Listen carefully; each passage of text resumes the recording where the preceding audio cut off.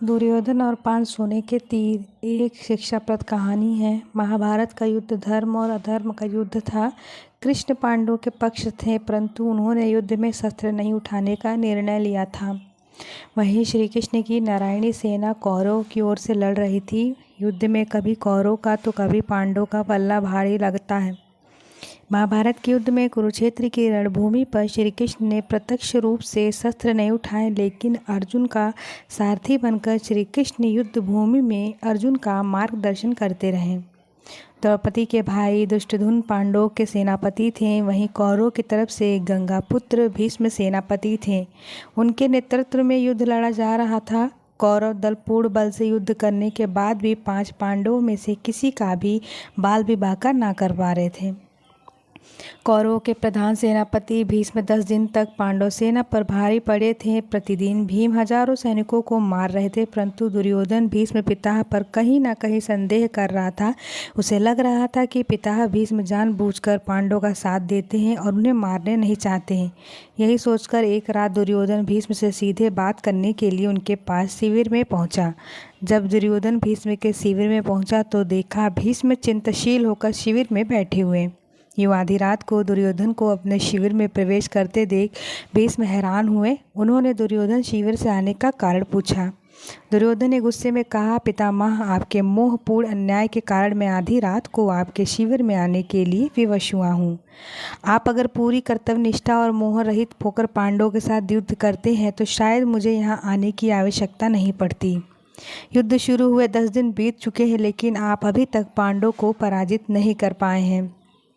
आप संसार को दिखाने के युद्ध का अभिनय कर रहे हैं। आपको आज भी पांडवों से अति प्रेम करते हैं और आप हम मेरे सेनापति होते हुए भी पांडवों का युद्ध जीतना चाहते हैं। आप मेरे बारे में दुर्योधन के मुख से ऐसी बात सुनकर पितामह भीष्म बहुत दुखी हुए। दुर्योधन के मुख से कटु वचन सुनकर भीष्म ने दुर्योधन से पूछा, तुम क्या चाहते हो पुत्र दुर्योधन? दुर्योधन ने कहा, पांडवों की मृत्यु और इसके लिए आपको अपनी दिव्य शक्तियों का प्रयोग करना होगा। पितामह भीष्म ने अपनी शस्त्र विद्या का प्रयोग करते हुए सोने के 5 अचूक तीर निकाले और इसके अभिमंत्रित करके बोला, दुर्योधन, तुम व्यर्थ में संदेह करते हो। इन बाणों से कोई नहीं बच सकता है। कल का दिन युद्ध का अंतिम दिन होगा। एक ही दिन में 5 पांडवों को इन बाणों से समाप्त कर दूंगा। फिर पांडवों के मरते हुए युद्ध का परिणाम तुम्हारे पक्ष में होगा। पितामह भीष्म की बात सुनकर दुर्योधन प्रसन्न हुआ, लेकिन अगले ही क्षण उसके मन में पितामह भीष्म के प्रति संदेह उत्पन्न हो गया। कपटी दुर्योधन भीष्म की बातों को सुनकर प्रसन्न तो हुआ, परंतु अब दुर्योधन को भीष्म की बातों में भी छल कपट दिखने लगा। दुर्योधन ने भीष्म से कहा, पितामह, आपकी योजना बहुत अच्छी है, किंतु मुझे फिर भी संदेह हो रहा है कि आप इतना जल्दी और आसानी से पांडवों को मारोगे। हो सकता है आप मोहवश या प्रेमवश उन्हें ना मार पाएं, अतः आप इन बाणों को मुझे दे दो। मैं युद्ध भूमि में आपको ये 5 बाणों दूंगा और आपके कर्तव्य की याद दिलाऊंगा। तब आप पांडवों का वध मेरे सामने कीजिएगा। दुर्योधन की बात सुनकर पितामह भीष्म ने 5 अभिमंत्रित बाण दुर्योधन को दे दिए। दुर्योधन अपने संभावित जीवन पे बहुत खुश था। वह बाण लेकर अपने शिविर में चला गया। भीष्म के शिविर के पास पहरा दे रहे पांडवों के गुप्तचर ने सारी बातें सुन ली। उसने महाराज युधिष्ठिर को आकर सोने के बाण के बारे में सूचना दी। तब भगवान श्री कृष्ण भी वहीं थे। युधिष्ठिर ने भगवान श्री कृष्ण से कहा, हे गोविंद पितामह, कि इन तीरों का प्रतिकार हम कैसे करें? यह बात सुनकर श्री कृष्ण युधिष्ठिर संग तुरंत ही अर्जुन के शिविर में पहुंचे और अर्जुन को पूरी घटना बताई। श्री कृष्ण ने अर्जुन से कहा कि पार्थ, तुम्हें दुर्योधन से उन 5 बाणों को मांगना होगा। श्री कृष्ण ने बात सुनकर अर्जुन ने अभिचंतित होकर पूछा, दुर्योधन भला वो तीर मुझे क्यों देगा? तब श्री कृष्ण ने अर्जुन को स्मरण दिलाया कि एक बार अर्जुन ने दुर्योधन को यक्ष और गंधर्वों के हमले से बचाया था। तब दुर्योधन ने प्रसन्न होकर अर्जुन से कहा था कि वो कोई भी कीमती चीज़ दुर्योधन से मांग सकता है। उस दिन अर्जुन ने बात को टालते हुए दुर्योधन से कुछ नहीं मांगा था। अब वो समय आ गया है। अर्जुन को श्री कृष्ण की बात सुनकर सब स्मरण आ गया। युधिष्ठिर की आज्ञा से अर्जुन दुर्योधन के शिविर में पहुँचे। दुर्योधन अचानक अर्जुन को अपने शिविर में देखकर सशंकित हुआ।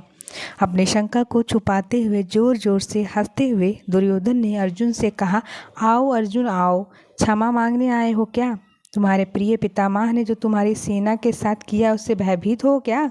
इस रात्रि में आने का क्या कारण है? बताओ, क्या सहायता मांगने आए हो?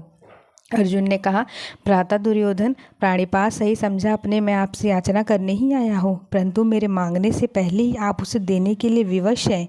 दुर्योधन हंसता हुआ बोला, मैं विवश हूँ अर्जुन? याचक विवश होता है, दाता नहीं। परंतु कोई बात नहीं, अबोध अर्जुन तुम मांगो। अर्जुन ने दुर्योधन से वह बाण मांगे, लेकिन दुर्योधन ने अर्जुन को मना कर दिया। तब अर्जुन ने दुर्योधन को क्षत्रिय धर्म स्मरण कराते उस घटना को बताया कि कैसे आपने प्राण की रक्षा के बदले दुर्योधन ने अर्जुन को कोई भी बहुमूल्य वस्तु देने का वचन दिया था। दुर्योधन ने अर्जुन से कहा, तुम कुछ और मांग लो, मैं यह नहीं दे सकता। तब अर्जुन ने कहा, यदि आप अपने वचन को पूरा नहीं करना चाहते हैं तो कोई बात नहीं भ्राता। अब आपके पास कुछ बहुमूल्य भी तो नहीं है जो मांग जाए। सामर्थ्य के अभाव में आपको पितामह के बाणों की आवश्यकता भी है। ठीक है, मैं चलता हूँ। अर्जुन के कटाक्षों से दुविधा में फंसे दुर्योधन ने कहा, रुको अर्जुन, किसके पास सामर्थ्य नहीं है? हम 100 हैं, तुम 5 हो। फिर न चाहते हुए भी दुर्योधन ने 5 बाणों अर्जुन को दे दिए। अर्जुन उन दिव्य बाणों को प्राप्त कर अपने शिविर में आ गए। इस तरह भीष्म से बाण ले की गलती दुर्योधन पर भारी बहुत पड़ी और पांडवों की मौत टल गई। महाभारत के युद्ध के अंत में पांडवों की जीत हुई।